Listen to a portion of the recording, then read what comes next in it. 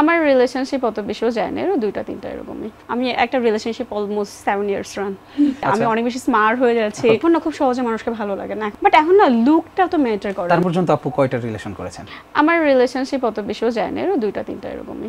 2টা 3টা? আমরা তো 17 বছরের ঘটনা শুনে তারপরে একটা রিলেশনশিপে ঢুকে যাওয়ার পরে তারপরে আমার 17 পরে এই দীর্ঘ গ্যাপের মাঝে আর কোনো রিলেশন না, নেই? আর কোনো রিলেশনশিপ কেন 17 পরে কত বছর আর বাকি রিলেশন? 7 বছর রানিং। 7 বছর? হ্যাঁ। আচ্ছা আচ্ছা, 7 বছরের গ্যাপে কোনো রিলেশন নেই, তার মানে এখন আপনার বয়স 24, রাইট?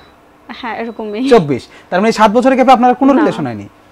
না হয় নাই, সত্যি হয় আসলে নাই। কেন হয়নি? মানে প্রপোজ আসেনি না আপনি পছন্দ করেন? একজন থেকে গেছে, এরপরে থেকে গেছে। হ্যাঁ, আমি এই কথাটা কাউকে বলি নাই, বাট ট্রু। আমি একটা relationship almost 7 years run. 7 years? তার মানে ওই ঘটনার পর থেকে আপনার সাথে সেই রিলেশন কন্টিনিউ আছে? হ্যাঁ। এখন কি ডবল টাইমিং করা হয়ে গেছে? না, এরপরে কি হয়েছে, এরপরে আমরা এত পরিমাণে মানে ম্যাচিওর হওয়া স্টার্ট করছি, তারপর থেকে মানে কথাবার্তা কনভারসেশন আস্তে আস্তে আমার কাছে মনে হচ্ছে আমি অনেক বেশি ইন্টেলেকচুয়াল হয়ে যাচ্ছি, আমি অনেক বেশি স্মার্ট হয়ে যাচ্ছি।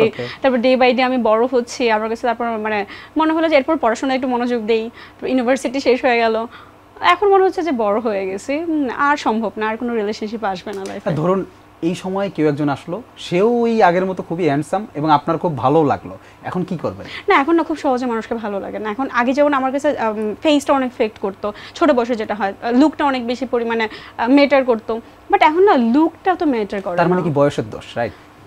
জানি না, বাট আমার কাছে এখন সামহাও একটা মানুষের আইকিউ লেভেলটা কতটুকু, সে কতটা মেন্টালিটি কতটা আপডেটেড, কতটা স্মার্ট, সে কতটা ভালো মানে স্মার্টলি কনভারসেশন করতে পারে, তার সাথে কথা বললে আমি কতটা মানে আউট নলেজ নিতে পারি, এইটা আমার কাছে ইম্পর্টেন্ট। ইনফ্যাক্ট আমার কারোর সাথে কথা বলতেও ভালো লাগে না খুব বেশি।